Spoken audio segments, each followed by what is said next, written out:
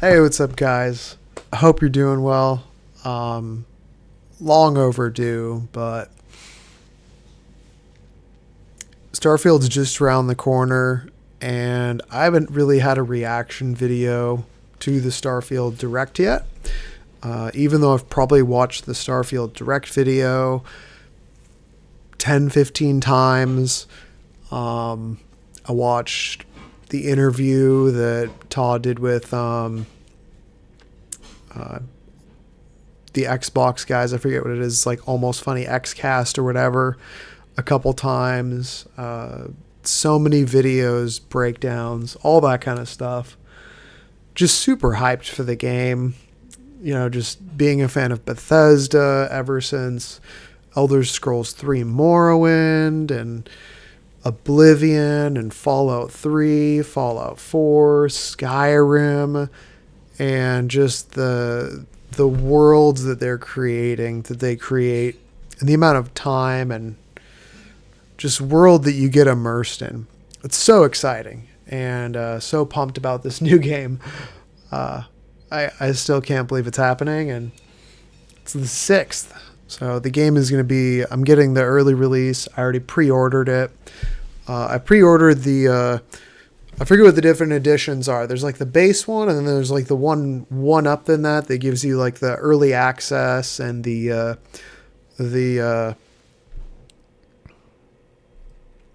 DLC that they're going to have with it.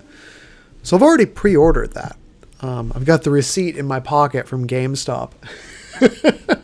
I actually traded in like a ton of games. I got like $80 or $90 worth of game credit like 6-8 months ago, and I was like, I'm saving this $80 game credit at GameStop. This is for Starfield for when it comes out. I did that in like February. So I was planning for this. And just so hyped. But I wanted to just come in here and do kind of like a commentary just with this gameplay deep dive. I'm going to break it up into a few parts. So just a heads up. This will be a multi-part thing just because, you know, the video's 45 minutes and I want to give commentary in between, just thoughts. Because there's a lot to get into. They showed us so much, and then I'm also just going to add in the additional things that I've learned through, you know, the other interviews and all the other people out there who put out content and do the research in order to learn as much as they can about this new world that we're going to be immersing ourselves in just a few weeks. So without taking too much longer, I'm just going to start this. Before I start, I will say, I don't know if I mentioned this in the last one, but I was borderline like in tears watching this the first time. I had it saved in my calendar for like months. When we had the announcement of when they were going to be doing this video, I just knew, hey, it was like, I think it was 11 o'clock Pacific time, and I had an alarm set, and I was like, I'm watching this, and I was playing fetch with my dog, and I was like, it's starting in like 3 minutes, so we're finishing fetch, we're going inside, I'm putting it on the big screen, and I was watching it, and it was like 5 minutes in, and I just felt myself getting emotional, and just like eyes watering up just because the excitement and joy of all the literally 2 decades of Bethesda. Because I'm 34 and I've been playing Bethesda games since like 02, 03 Morrowind. So for 20 years, I've been playing this company's games, and they've been some of the favorite games of my entire life. In this new adventure, it literally brought me to the verge of tears. So just so pumped and excited. But let's get to the video. We'll provide some commentary along the way, and it'll be fun. You know, we're like I guess more like 4 weeks out, but it's so close. Very exciting. My dog is trying to sneak in the room, so Hopefully she doesn't sneak in and destroy my backdrop. You gonna destroy my backdrop, dog? You gonna try? Okay. All right, let's go.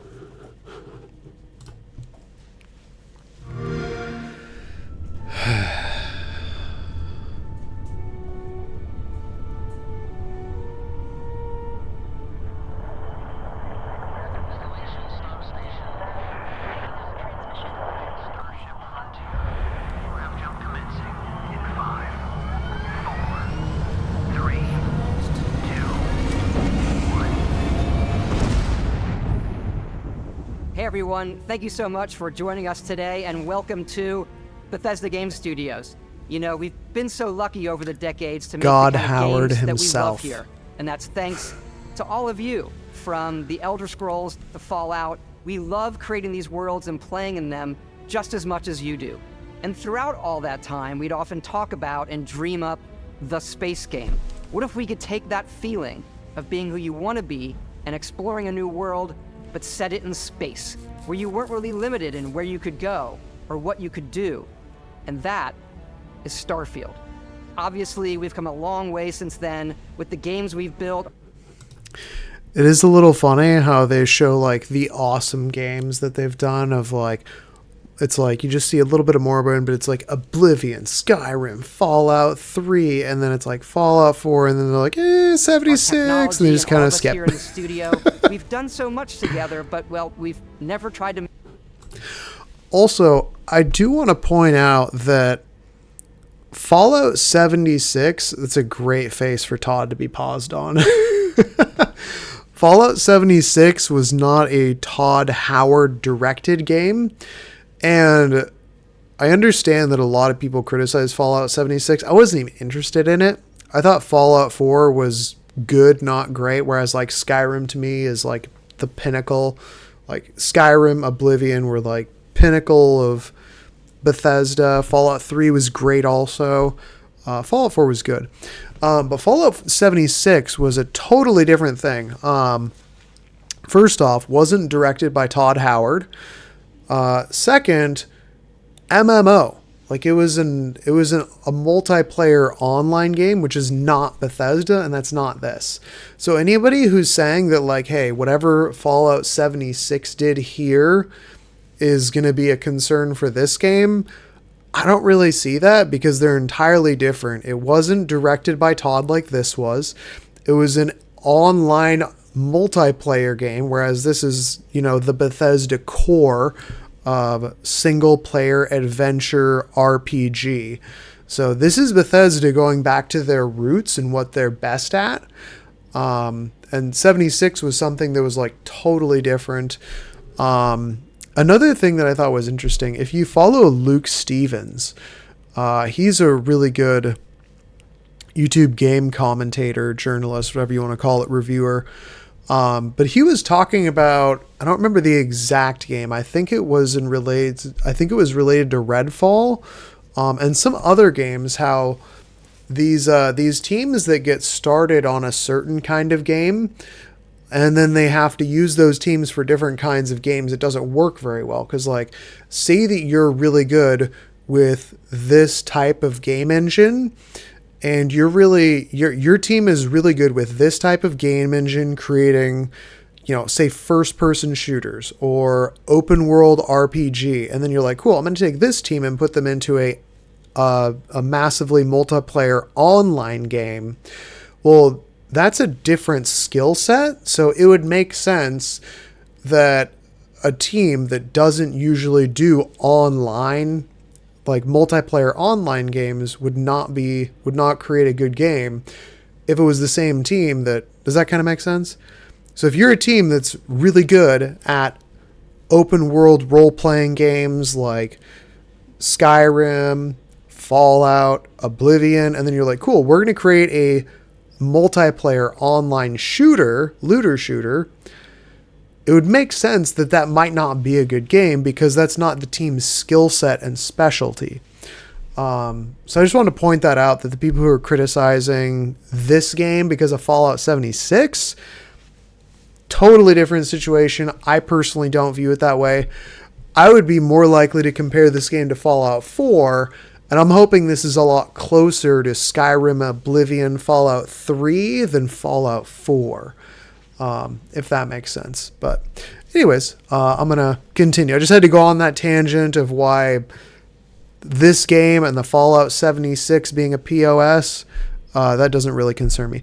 I will say I don't like that they misled people with some of the advertising on 76, but I never got the 76 hype. To me, it never made sense of why 76 sounded so cool. I was like, all right, an online multiplayer shooter that's based in Fallout, but Fallout 4 didn't have the best combat. You know, Fallout 4 was like a looter shooter, but it didn't have the best combat, so I didn't really see the appeal. But anyways, that's that tangent. Make a game like this. Today, you'll get to hear from many on the team and see so much of what we think makes our game special. So let's jump in and take a look.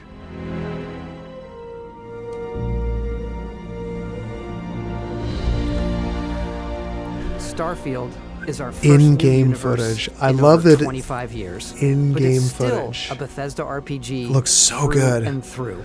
Little dinosaur alien running along the ground. That feeling of unlimited possibilities. But this time, it's not just one world.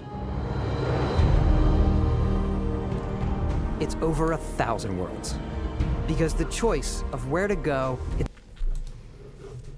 it's not all, it's over 1,000 worlds. Because the choice... Is this an alien? Or is that a tree stump?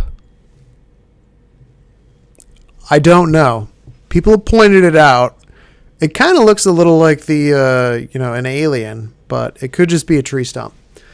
I don't think it is, because they haven't dropped any hints about intelligent alien life. It's more just like creatures natural to habitat, but just kind of interesting thing there. That shadow looks a lot like an alien silhouette. Where to go, it's not ours. It's yours. Those are weird, those aliens. That we had the technology to create it. From the rocks at your feet, to the mountains in the distance, to the people and creatures that live in these worlds. That isn't just a backdrop. That moon is actually there orbiting the planet. Yes, you can visit it too. We realistically simulate the galaxy around you. Our next-generation lighting model uses real-time global illumination to light the world based on the type of... Some people have said this looks a lot like the Gateway Arch in St. Louis. I see that. I've also heard people say that it's obviously not the Gateway Arch because it's not right next to a river. But the angle that we have, it's hard to kind of tell, like, hey, what's over here in the fog? We don't know. What's over here, like, underneath? Like, we don't know. Where are the buildings? We don't know. Also, if this is Earth, notice how it's, like, scorched and busted up. Like desert clay. So, no idea. It has the general shape of the St. Louis Arch, but if it is, then Earth is dead, which I think we already know. And this could be what the Earth is like, where, hey, it's basically a dead planet now, and there's just like, a few artifacts left, or historical landmarks of our past. Or it could be that it's totally something else. We don't know. We'll find out soon. Star and the makeup of the planet's atmosphere. We also have an all-new animation system. And of course, you can play it in third person. I also like this is kind of nifty down here, the O2 to CO2. This seems to be kind of like a stamina bar, but I like this little HUD. It's very clean. So your O2 to CO2 is kind of like catching your breath, your stamina bar. And then it shows here the time of day that it is. So it looks like this is, I don't know if it's like waxing or waning or whatever that thing is. The sunlight in this, it kind of looks like it's a morning. So I'm assuming this means like, hey, the planet is slowly gaining. So this is getting into the day versus if it was coming from this way, getting darker, then that'd be nighttime. That's just my guess. So this is like a morning scene. Also, you can see it's got the name of the planet there. So this is Porima.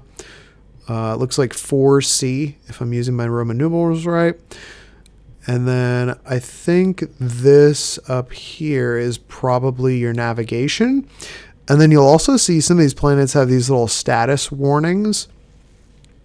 So just something to kind of keep in mind. And that's based off of like different atmospheres, temperatures, things like that. So just kind of keep an eye on that as we go through these. Play it in first person.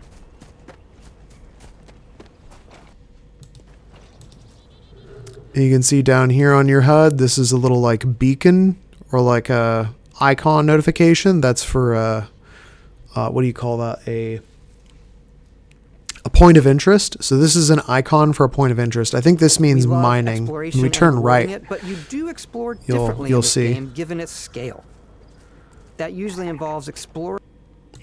Yeah, so you can see here structure, point of interest, structure, and then that's down here on the little HUD map is a point of interest for the structure, and then I think it says abandoned mining facility pops up. Do a mission. This is also interesting. I don't know if you noticed the cutter, so like the mining cutter that you use to like mine the minerals. As they were using that there, the charge goes down. So I'm curious how the laser weapons are going to work, where as you use them, it uses their charge. But then you'll see here, he uses 20% of that laser charge to mine that piece of iron or whatever. Do a mission. But then it recharges automatically. I wonder if that's how the laser weapons work in this game. So I'm curious. We'll have to pay attention to that a little bit more. Unexpected. See? Abandoned mine. And now, I don't know if you saw that, but now you got these 4 or 5 little pings down here. These little red pings. So those are enemies. I also like, it looks like there's one little red ping. And then as you watch, I think that when the enemies notice you, it flashes red. So that could be how you know if you're being like now under attack. So wait for it. Watch, where are we? Down here.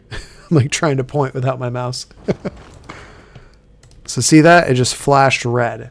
So I think that means like, hey, they just spotted you. Now they're attacking you.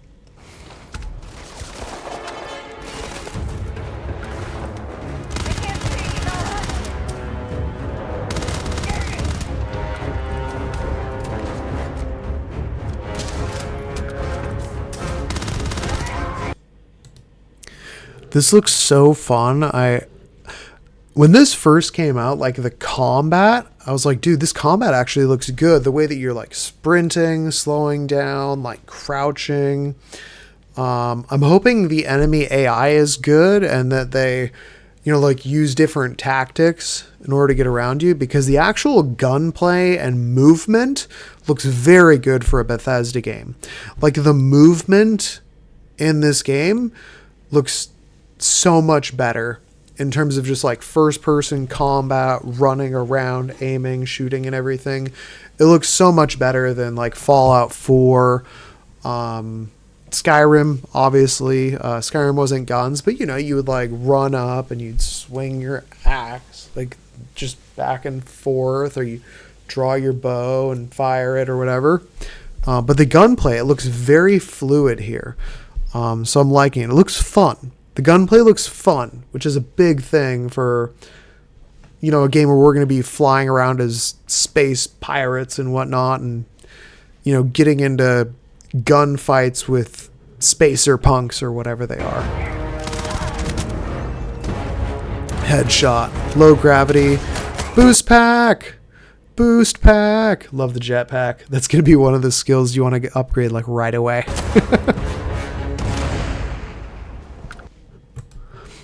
Also, ballistics. So we'll try and pay attention to a bunch of the different skills and traits and everything, but they kind of explain it. But you can see here, he just killed 5 out of 20 with ballistics in order to get his level up perk.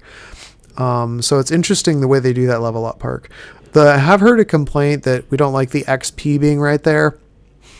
Small complaint, but I agree. I wish that the XP either like followed around the person that you killed, or it just kind of like popped up in a corner. I feel like that'd be a little better.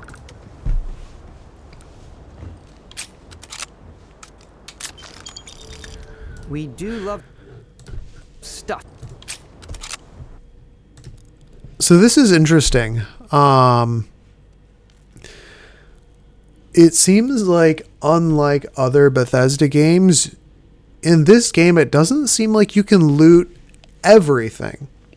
And that's been something that's been brought up. I am a little bit curious as to how the looting system is going to work. Because, like, say, for example, here, there's 77 credits. There's laser cartridges, so that's probably like 54 laser bullets or whatever. And then Equinox, which I'm pretty sure is some type of gun. So he's got $70, 54 rounds, and a gun. But like, can we take his suit? Can we take his helmet? Or is it like, hey, we don't get to take his stuff because it's damaged because we shot him? Are we going to have to like repair our armor? These are kind of a couple of things we don't really know. Like, is this going to be like Skyrim where your armor doesn't take damage? Or is this going to be like Fallout where your armor and guns can wear out and break and you have to repair things? Or somewhere in the middle? Is that the reason why we can't loot this guy's spacesuit? I'm just a little bit curious about that.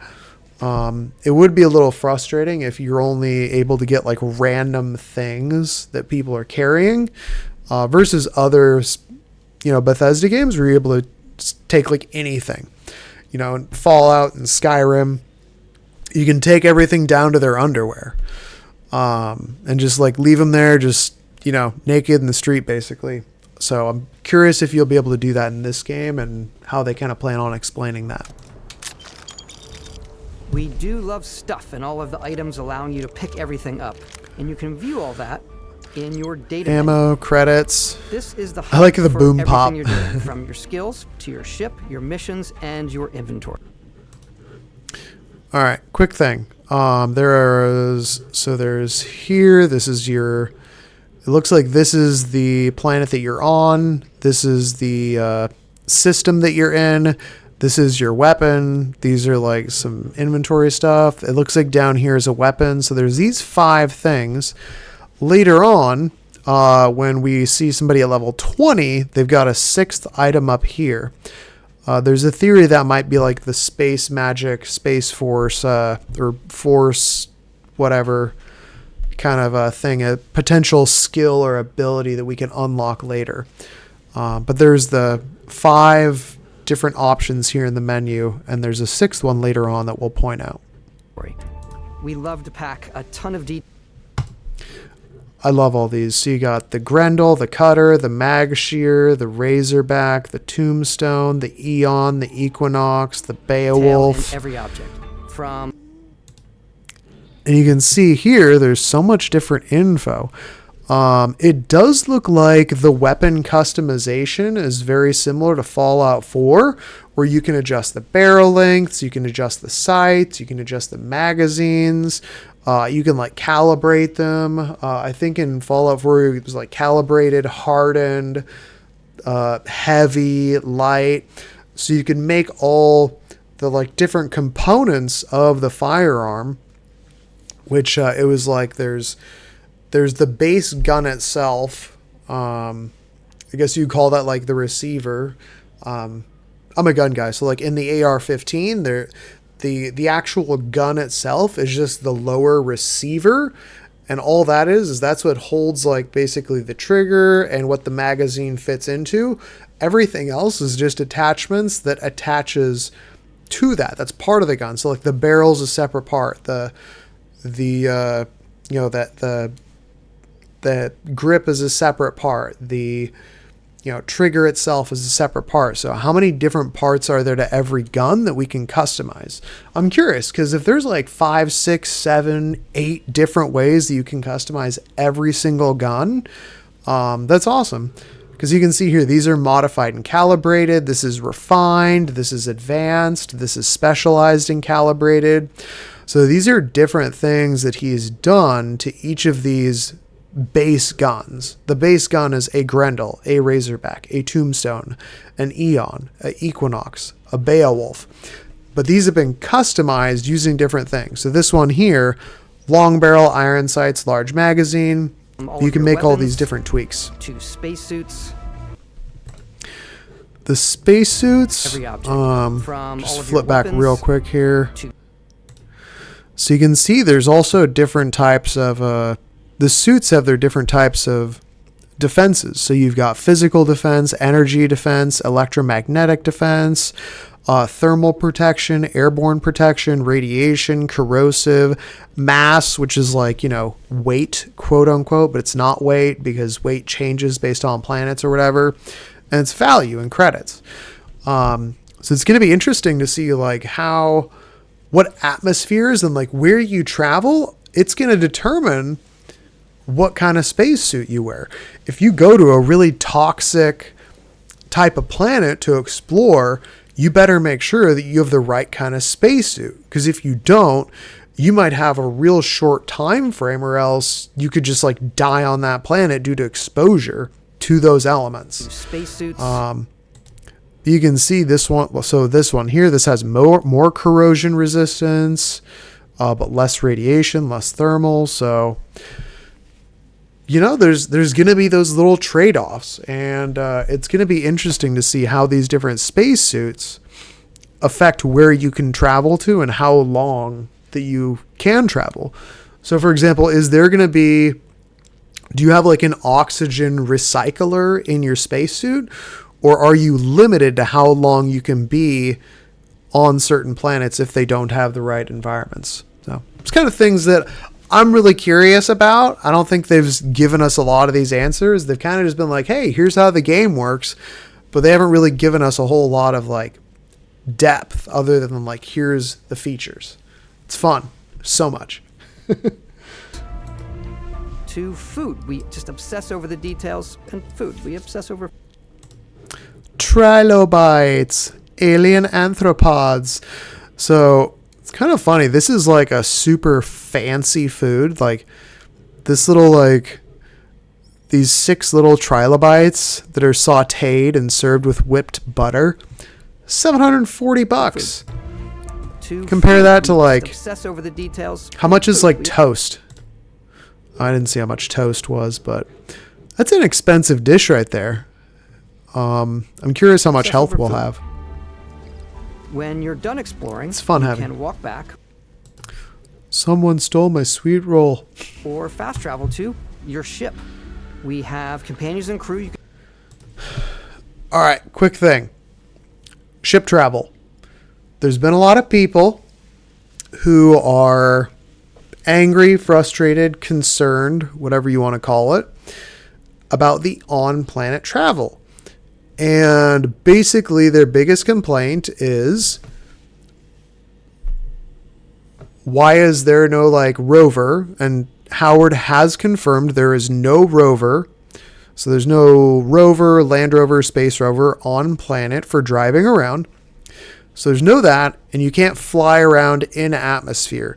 A lot of people have complained about that because they're like, well, what if I want to like fly around in the atmosphere?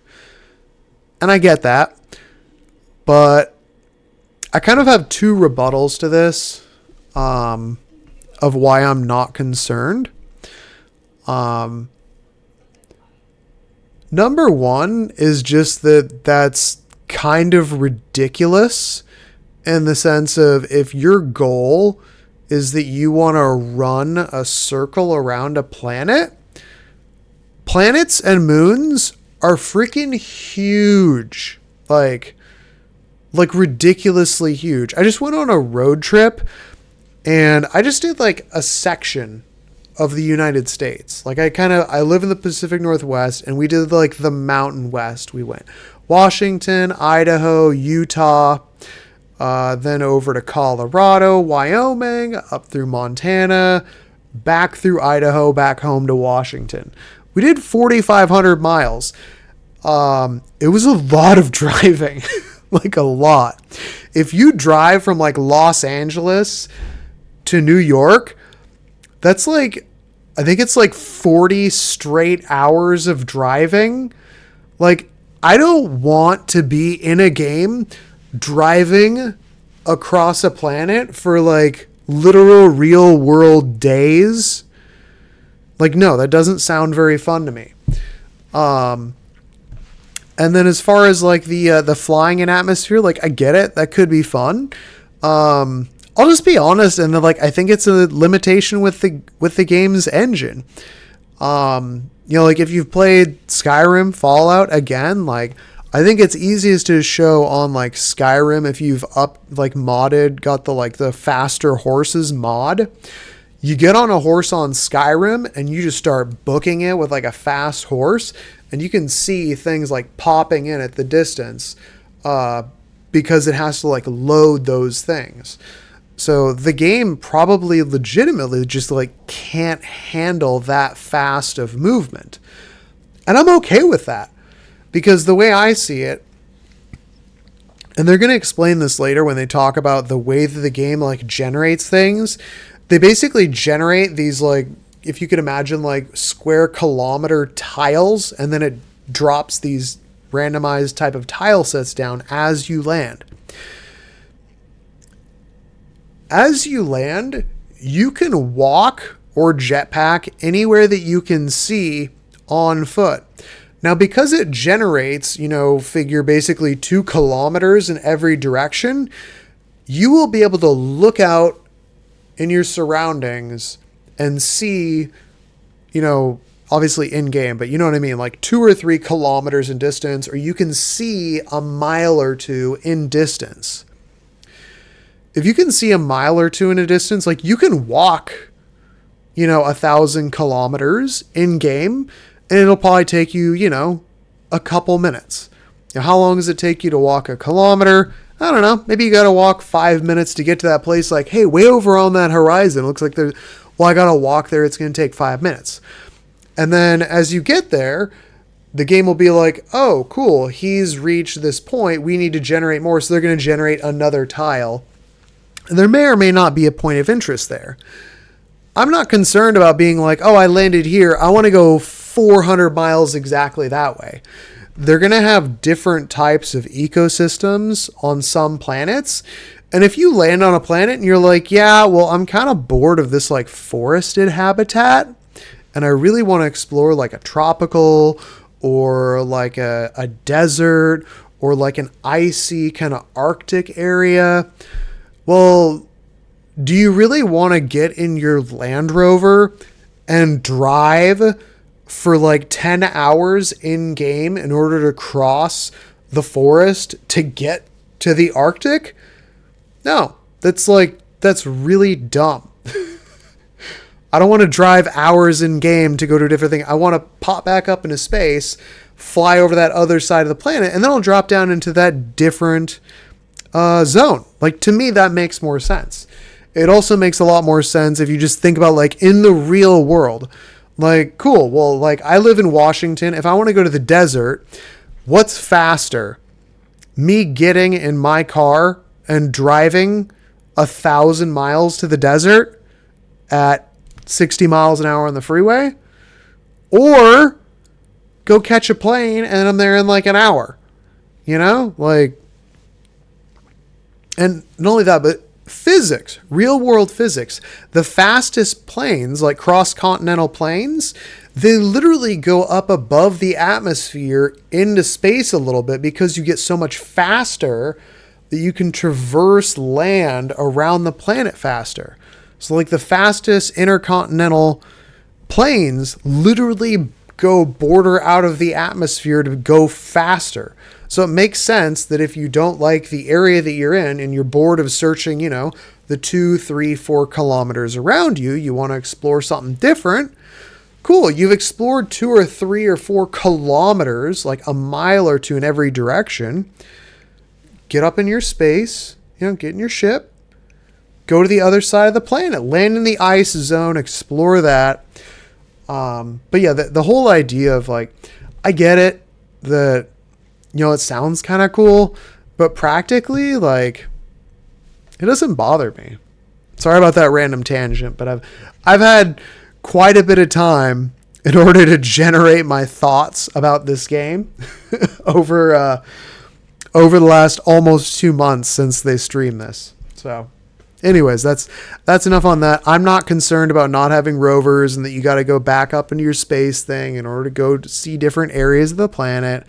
Like I don't want to hop in my rover and drive for hours just to get to a coastline or a different environment. But anyways, end of rant. Let's continue. Take with you.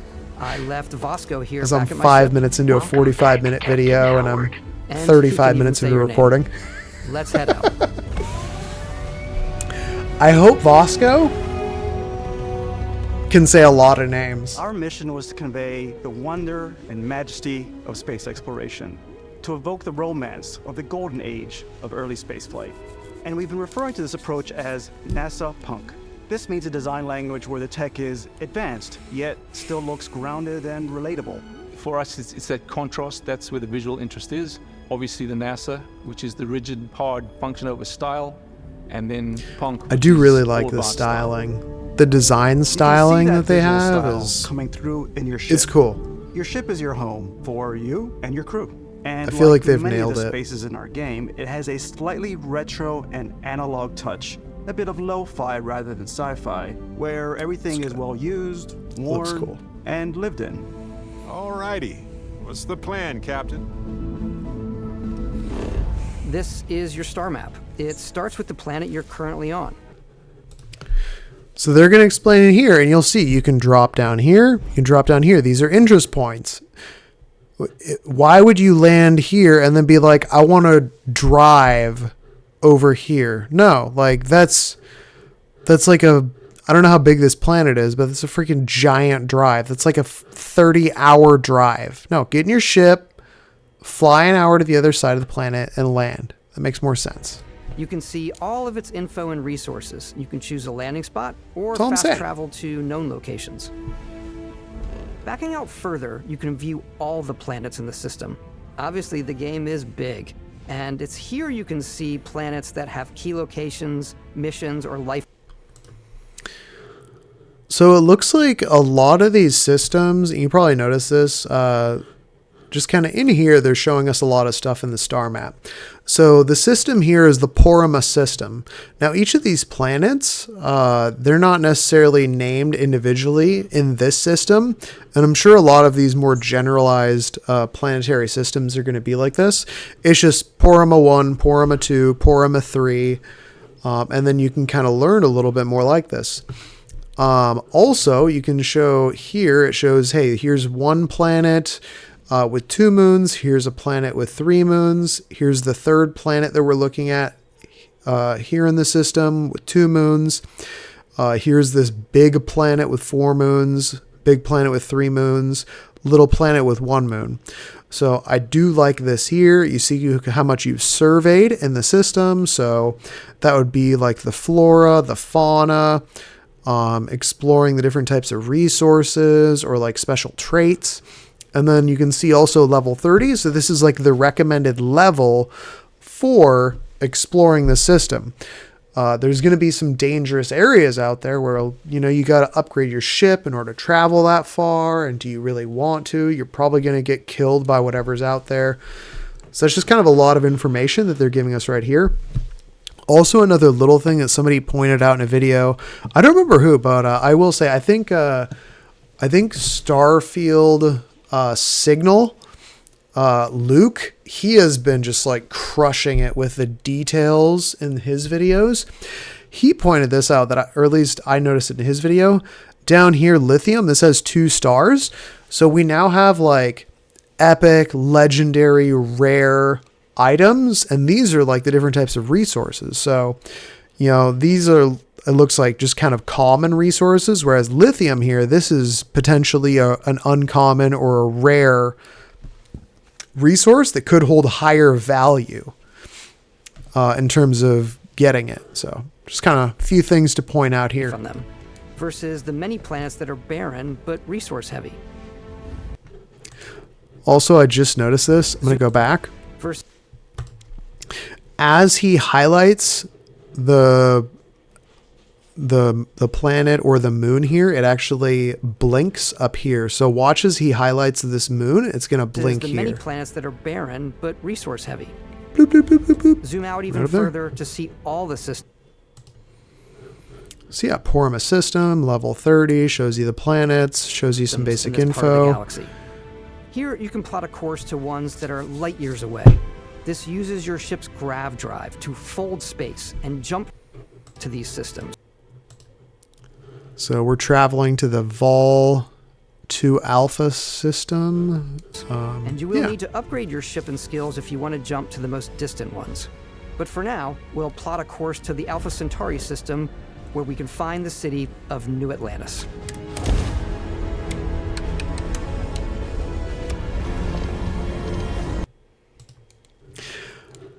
So another fun little thing that somebody pointed out is all these little like things here where it says like what was that, loading event trajectory,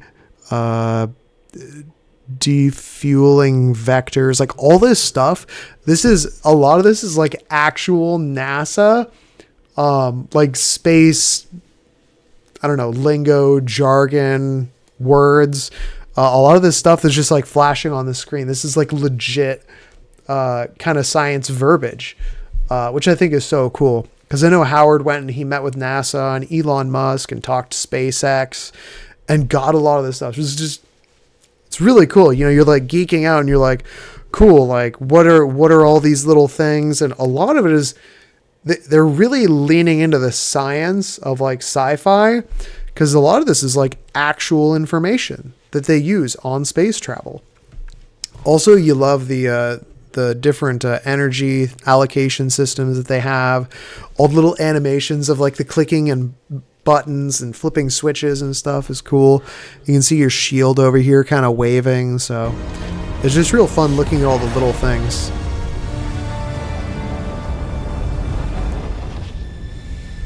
Welcome to UC Space. Maintain your current course while we scan your ship's cargo. It's going to be so fun being a space pirate and trying to get through this. Cleared for landing at New Atlantis.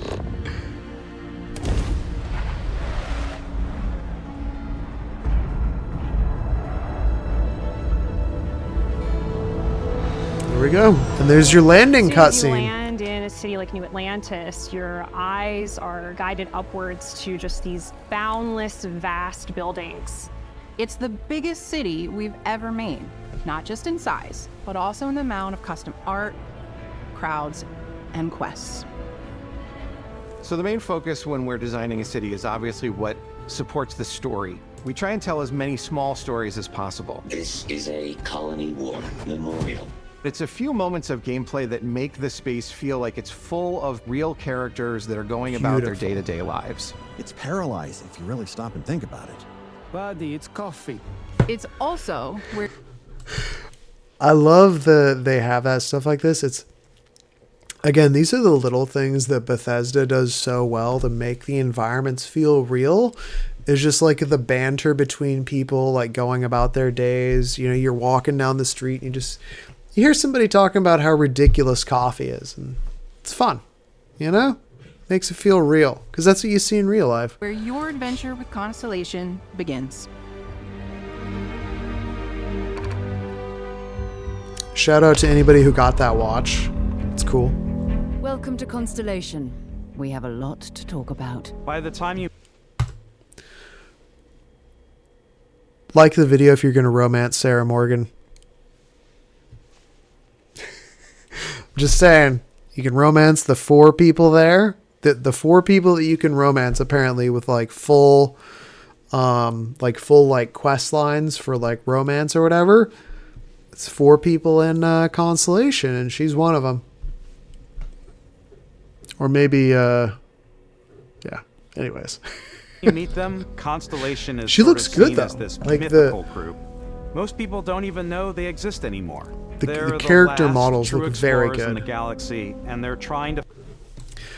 Also, just all the Easter eggs here. I love how they're dropping like all these Easter eggs of like actual historical explorers and just all kinds of stuff. I'm not going to get into all of them because there's too many, but it's really cool with all the like actual lore that they have here. Respecting like, hey, these were the people who explored before us, is what we do. And just, you know, it feels like you're in a museum kind of, and these guys are like the protectors of exploration and keeping that alive. Find the answers to some of humanity's biggest questions. The artifacts are so different. Like that's the Mars rover. So alien. That's the Mars And I'm rover's like certain one of them thing. reached out and spoke to you. The artifact. If you could place it on the table here. Oh my god. Look at how it's coming together.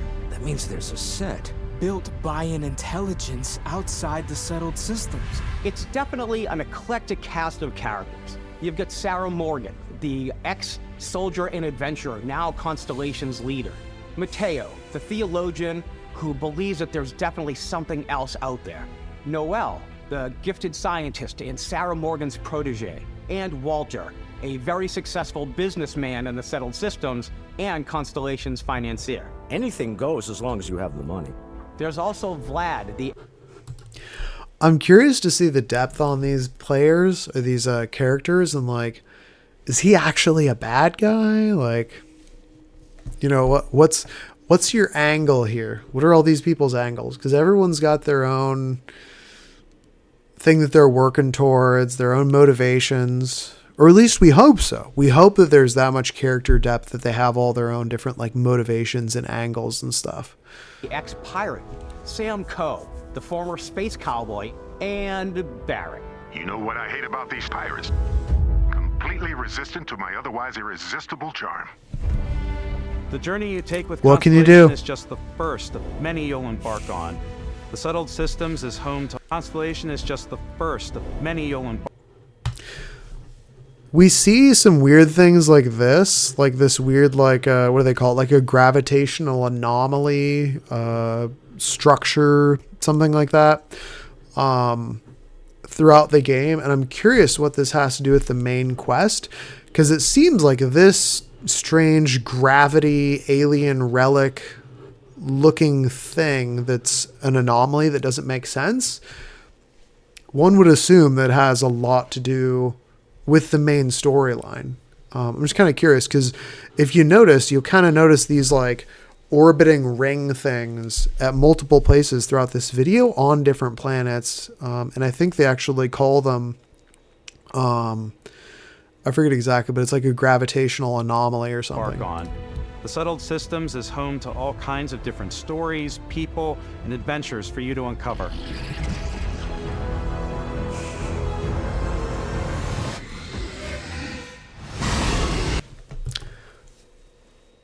F that thing. Don't know what it is, but it looks scary. Todd Howard said that there's definitely one very bad, scary thing out there. That looks like a bad, scary thing.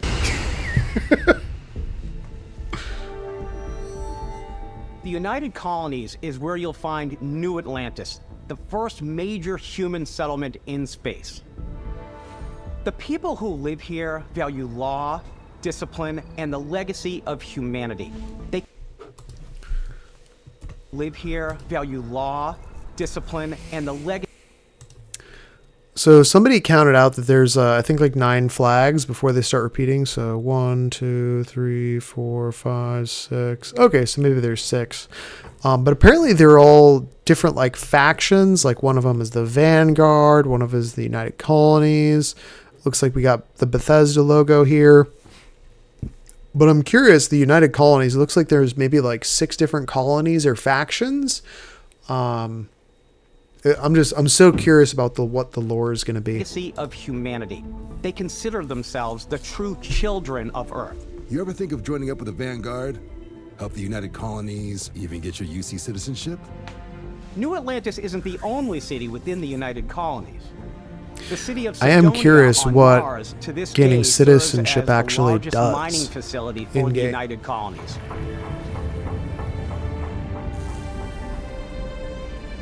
Beyond the United Hours. Colonies' reach, you might find yourself in a much more wild and independent coalition Super of star sketchy systems. work environment. Yeah, it's been like hours since somebody had an This is incident. Freestar Collective space.